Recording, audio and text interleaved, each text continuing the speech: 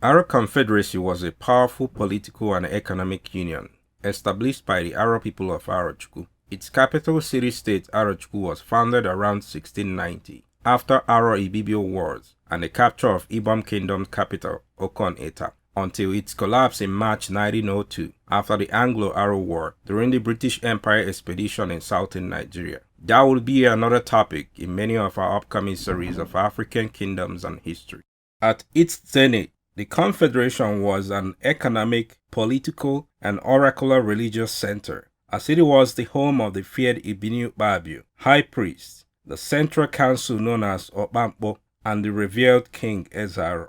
Their influence and presence were high and mighty all over eastern Nigeria, lower middle belt, southern Igala, and parts of the present-day Cameroon and Equatorial Guinea. Arochukwu in its founding was already a multi-ethnic city-state, because its formation was from the War of Alliances. It will, through war and trade alliances, evolve to a true city-state and confederation from 1690 to 1720. Arochukwu was founded after the Okon dynasty civil war by alliances of Prince Okpankpo, Eze Aro faction led by Agwu Nubia, Eda faction led by a powerful high priest Nnachi, and Akpa faction led by the brothers Osim and Akoma Nubi. Three heterogeneous ethnic groups, namely Igbo, Ibibio, and Akpan, were confederated to form the Aro state. It is not historically clear when Eze Aro faction led by Agwu Inobia arrived at Ibom Kingdom. However, Igbo subgroups has traded and intermarried with Ibibio kingdoms centuries before the immense migration towards southern regions, beginning around 1630. Unlike some many historians who like to reiterate that the Igbo migration to the south was simply for conquest, there is little to no evidence to make that a fact. However, it is not entirely wrong to say that some powerful Igbo city-states were in the expansionist trajectory towards east and south of the region, in search of more profitable trade routes to the coast for direct trade with the European ports and trade centers, in order to bypass the middlemen of the coastal kingdoms. The early European traders did not come into the hinterland because of the tropical diseases and their fear of presumed savages, and mostly traded with the coastal kingdoms. The Aros were able to mitigate this problem by forming a strong trading network and incorporated hundreds of communities that formed into a powerful kingdom. The formation of Arochukwu began after the defeat and the death of the last king of Ibom Kingdom, Obong Akpan Okon, in 1690 by the alliance of his half-brother, Prince Okpankpo Okon, with the Igbo and Akpa factions. Abiriba Igbo groups were prominent traders in the cross-river areas long before the foundation of Arochukwu. The Igbo push towards the Ibibio region and subsequent settlements were probably commerce-driven to where commercial activities flourished. Having monopolized the commercial activities in the area, they controlled the economic and the productive forces of the society, therefore forming the ownership and merchant class.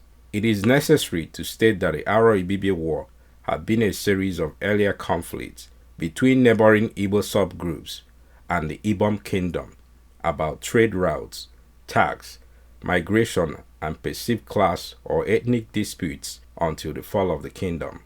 In honor of a peace treaty of these earlier minor conflicts, Obong Okon Ita married an Igbo bride.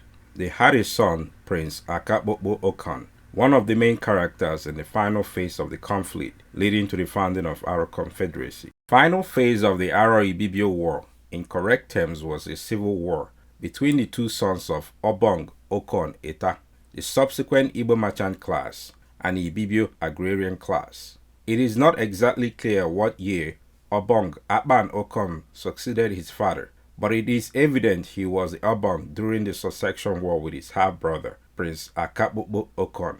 The influence of new Igbo migrants and control of the economic and social activities by the Igbo merchant class have resulted in class and ethnic struggle between the Igbos and the Ibibios. By 1688, the Obong and his half-brother were in a full-blown civil war, backed by their Ibibio and Igbo allies. The Igbo merchant class, led by Agwu Inobia, might have the resources to back Prince Okpankpo in the war. They lacked the manpower to replace lost warriors. At this point, both warring parties are exhausted and depleted. The war was a stalemate and would go on for another 2 more years. The tide of war would turn in 1690 with the invitation of Nnachi, the elder Igbo priest doctor, to the favor of the prince and Aro. Nnachi was a renowned and itinerant priest doctor of the time, known to have magical and healing powers. It must have been a terrifying reality for the Ibibio army and their Obong to be fighting against the allied rebel forces with Nnachi at their side, but they never wavered. They had their famed oracle, the Ibini Ukpabi. The Obong suffered some minor defeats in the following battles after the arrival of Nnachi, whose presence must have demoralized the Ibibio forces, but they were able to stable their strength after receiving reinforcements from ancient Ibom and the allied Ibibio kingdom and the surrounding Ibibio towns. Nnachi has prophesied total victory, which had not materialized, while the Ibibio forces were getting stronger and receiving more reinforcements. Thousands of warriors and mercenaries are arriving in the kingdom because of the influence of the Obong and the ethnic connotations since the beginning of the war. Overwhelmed by the intensity of the conflict and the number of forces rallying to the Obong, Nnachi invited the Akba mercenaries from the east of the Cross River. The Akba faction was led by the two brothers Osim and Akoma from the Nnubi royal family. Various Aro traditions and that of the present-day Akba descendants in Arochukwu agreed that the Akbas were from Atampa in Okoyon clan of Calabar region. They were established trade partners of the Igbos, hence Nnachi had no difficulty inviting them. The fact they rallied with the migrant Igbo merchant class and not the indigenous Ibibio tend to suggest a strong fellowship with the Igbo. Trade was the likeliest bond in this relationship. The Akba mercenaries were armed with firearms. This is not surprising. They were early traders with the Portuguese on the coast and must have procured the firearms from the latter. As events unfold and forces gather around Aro-Azix, it is now obvious to both parties of the impending and unavoidable great battle, unlike the previous battles that would decide the fate of the kingdom. Aro-Ibibio took the initiative in the morning a day before the battle and called a war council of the allied forces on how to commence the battle the next day. He knew they had fewer numbers and a secret weapon being the Akba mercenaries with firearms. They needed to maximize the advantage for a decisive victory. They must choose the battlefield and how to engage in the battle. The allied forces had camped around Amove, northwest of the capital city, Okon Ita, while the Obong's army camped in on the south side of the city as both armies reinforced and stocked supplies for their forces. Inobia knows the land. His warriors have been raiding the surrounding villages and areas east and south of the kingdom for days from their encampment, trying to cut short supplies for the Obong's army. His scouts have located a plain flat land surrounded by thick tree lines and bushes between Okon Ita and Ototo. The allied rebel forces quickly broke camp and marched rapidly east towards Ototo at noon. By nightfall, they made camp south of Ototo. The Obong forces were not idle either. Their scouts have reported movement of the rebel forces and their new encampment near Ototo. The royal army began to mass and encamped by the north side of the city, positioning the army between the rebel forces and the city. Morale was high on both camps on the eve of the decisive battle, as both armies had made adequate preparations in the past months. Ritual sacrifices were made to every known god for absolute victory. Aro-Ibibio's camp buzzed all night. They had gathered the best warriors of Ohafia, Abam, Aberiba, Eda, Akba, and the Ibibio contingents loyal to Prince Akabokbo. Ohafia warriors kept the camp spirited most of the night with their Ibiribi of the dance in full display of their dead enemies' heads. Unbeknownst to the thousands of warriors in both camps, the outcome of the impending battle at dawn will set on a course, a new demographic and political history of the Bight of Biafra. By morning, Aro-Ibibio subsequently moved the army, trailed by their supplied baggage. He made camp about a mile from his chosen battlefields towards the Ibom capital once the night scouts had returned. The idea was to force the Obong's army into battle by directly threatening the city that morning, as well to have the control of the battlefield. Once they made camp, Prince Akabokpo sent out a contingent to probe and ascertain enemy movements, while the entire army formed a battle formation. Ibibio's plan was to flank the Obong's army on both sides of the field, covered by the thick forest and tree lines with their Aba mercenaries, where elements of surprise and firearms would be devastating to their enemy in the heat of the battle. The success of the battle lies on Osim and Akoma's Abas staying undetected on the flanks. It did not take long for the prince contingent to return, reporting of Obong's entire army and allies approaching from the city. The Obong scout had reported the rebel army's encampment and movement towards the city at dawn. At last, the royal army was advancing to the field. After months of preparation, the two armies are on the field for a decisive battle.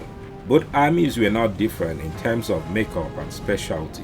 They were a typical African interior warrior class of archers and spearmen. The archers were well-trained masters of archery, armed with a semi-long bow about 4 feet in length, an arrow pouch, and carry a sword which they use for a close-quarter combat once the arrows had been exhausted. The spearmen carried a long spear with a wooden shield covered with leather for protection and a sword as well for a close-quarter combat. Both armies had no mounted troops, since horses were not suitable for the region and had low survival rate in the forest areas due to sesafly. Notwithstanding their similarities, the rebels had some of the best trained warriors from the Igbo interior, accompanied by their Aba mercenaries. However, some of the Ibom's army were elite veterans feared south of the region, supplemented by raw recruits in the recent months. The Allied rebel army had arrived the battlefield earlier in the morning and have massed in a battle formation on the north end of the battlefield, while quietly placing the Abas and Eda warriors on both sides of the field, hidden in the dense trees unbeknownst to the enemy. Agwu-Inobia led the Abariba and Abam contingents in the center, Nnachi led the Ohafia in the right, and Prince Akabokpo and his Ibibio contingents at the left flank. The Ibom army had approached the field from the south and quickly lined their army in formation. It is assumed they had the numerical superiority, since it was a royal army led by a paramount Obong that had the authority to call men to arm from various Ibibio and riverine client kingdoms. The exact number of both armies are uncertain, but the Obong's army is thought to be around 12,000 men strong, including servants and slaves, to maintain the army. On the other hand, the prince and Agwu-Inobio's army would not exceed 7,000 warriors at the field, including 1,500 Aba mercenaries, of which most were armed with European muskets led by Osim and Akoma Nubi. Despite the numerical disparity between the two forces, Inobia's forces was highly motivated, with pristine morale and battle hardened due to their previous victories. Moreover, it is their last chance for total victory, since they lack the manpower for a prolonged war. The thumping of war drums and command from officers of the armies as they get information must be ecstatic in the air. By noon in the dry season of 1690, both armies were in battle formation. The outcome of this battle would decide the fate of the Ibom kingdom. Agwu-Inobia knew that to have any chance of prevailing against the overwhelming forces of the Obong, the Allied forces needed to rely on discipline, determination, and tactics, while counting on the enemy to rely on their sheer numerical advantage. On his signal, the Ohafia and Abariba archers advanced forward some few yards and unleashed volleys of arrows towards the enemy, probing for weakness in the enemy formation and testing their resilience. Inobia's primary tactics was to have most of the enemy forces concentrated to engage his front line while exposing their flanks. As casualty began to mount on his formation, the Obong advanced his army to close quarters and engaged the rebels. The rebel archers retreated behind their main line as the Obong infantry spearmen advanced, presenting a solid spear line to the rebels' main line, screaming insults and war cries. Agwu-Inobia unshielded his sword, cried out to his men to calm their nerves and retain their formation as their adversaries charged them. A few yards from the rebels, the royal force burst into a full pace, heading straight towards their enemy, endeavoring to once and for all destroy the pretenders. Despite the horrifying prospect of the impending impact of thousands of warriors, they held their nerves and stood their ground. It wouldn't be long before the lines would crash. The Obong entire front line crashed with the rebel army in a fierce melee. Few hundred men fell on both sides during the initial impact, and the momentum almost caused the front line of the rebels to break, but their disciplined warriors were able to maintain the line.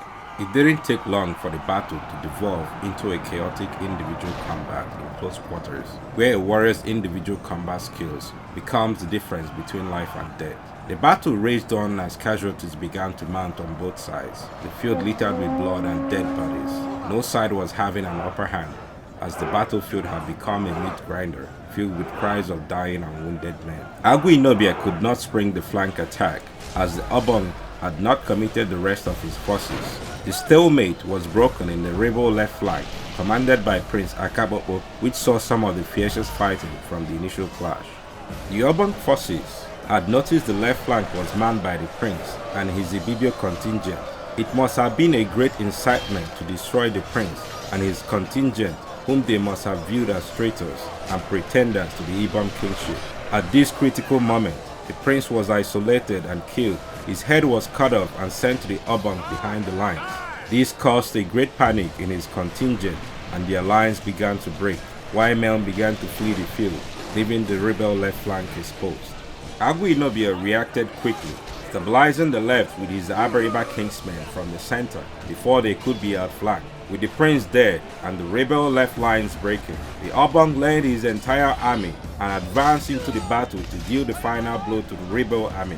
This was the moment Ago-Inobia was waiting for, the time for his flanking attack before his entire front broke and fled, as the entire enemy army had engaged the tired and spent front line. At his signal, the Akba and the Eda forces approached the enemy exposed flanks and engaged. The Akbas opened fire with their muskets, sending 1,000 shots each volley to the astonished enemy. The Obong's army panicked, as most had never encountered firearms in battle before, as warriors fell in hundreds all over the field. These volleys ripped into their tight formation and caused enormous casualties. Their formation began to break, while some tried to flee from the thundering south and the fumes of white smoke from both sides of the field. Behind the cloud of thick white smoke, 2,500 warriors of Akba and Eda let out their war cries and charged at the already panicked enemy from both flanks. This was the bloodiest phase of the battle. The Obong's army had charged in for the final kill and was on the verge of victory, now found themselves fighting for survival once they fell into the rebel trap. The battle had raged for 2 hours. Both armies' main line was exhausted, but the flank attack have turned the tide of battle for the rebel. The enemy was outflanked and surrounded. The surprise musket attack has caused enormous casualties and demoralized the royal army. The battle was quickly turning into a massacre. The Obong and his lieutenants rallied their warriors, seeking to break out of the encirclement back to the city. They began to push back the Aba contingent, led by Osim Nnubi, who had engaged the enemy in a melee after their musket volleys. The push was fierce and brutal, with serious consequences. Visibly at the center, sword in his hand, the Obong shouted orders through the deafening noise of screams and the clattering of weapons, urging his warriors to break through the Aba and the Eda. Conversely, Osim and Nnachi yelled to their men to resist the push and press on the diminishing enemy. At this point, Osim concluded that taking out the Obong would rout the enemy forces. He selected his best warriors and headed straight to the Obong, surrounded by his house guards. They cut their way through the body of men. More warriors followed, emboldened by his surge to cut the head of the snake. As they almost fell on the Obong, Osim was hit by an arrow to the neck. He fell gasping for air and drowning in his own blood. Few of his men stopped and carried him behind their line. He would die before the battle was over. Enraged by the sight, his brother Akoma and his contingent fell upon the Obong and his house guards, while more of his forces began to rout, seeking safety in all directions. Hundreds were cut down by the blood-drunken Aba as they tried to flee the field. As the hours passed, the battle became a one-sided massacre. There was a little to no tactical sophistication at this stage of the battle. The rebel army systematically slaughtered the trapped men. The Obong's army had broken. Widespread resistance collapsed. He fought heroically, with his house guards leading stiff resistance, but were eventually cut down during the final phase of the fighting. As customary done, his dead body was decapitated. By sundown, some 8,000 Ibibio warriors and their allies lay dead or dying on the field. 2,000 were taken prisoners and later enslaved. The few survivors fled south to ancient Ibom. The rebel allied forces sustained significant casualties, about 3,000 dead, mostly in the start of the battle. Nevertheless, the Ibom leadership was decimated. The Obong, his top commanders and councils were killed in the battle, all resistance crushed, and the fate of the kingdom sealed. The rebel army celebrated victory and treated their wounded all night. By morning, they moved into the city. The war was over. In honor of Osim's legacy, his brother Akoma was crowned the first Eze Aro, and Arochukwu kingdom was founded. After his death, Nnachi's descendants took the throne, starting with his son Okon Ita. By 1720, the Arochukwu kingdom had become a formidable force in controlling the political and economic affairs of the region to the coast. On this note, we will end this episode on the Aro-Ibibio War. Thank you for watching our documentary series. We would like you to support our channel by liking, clicking the subscription and notification buttons. We'll be bringing to you more series on African historic events and War of Empires. Shout out to everyone that made this episode a success. See you on the next one.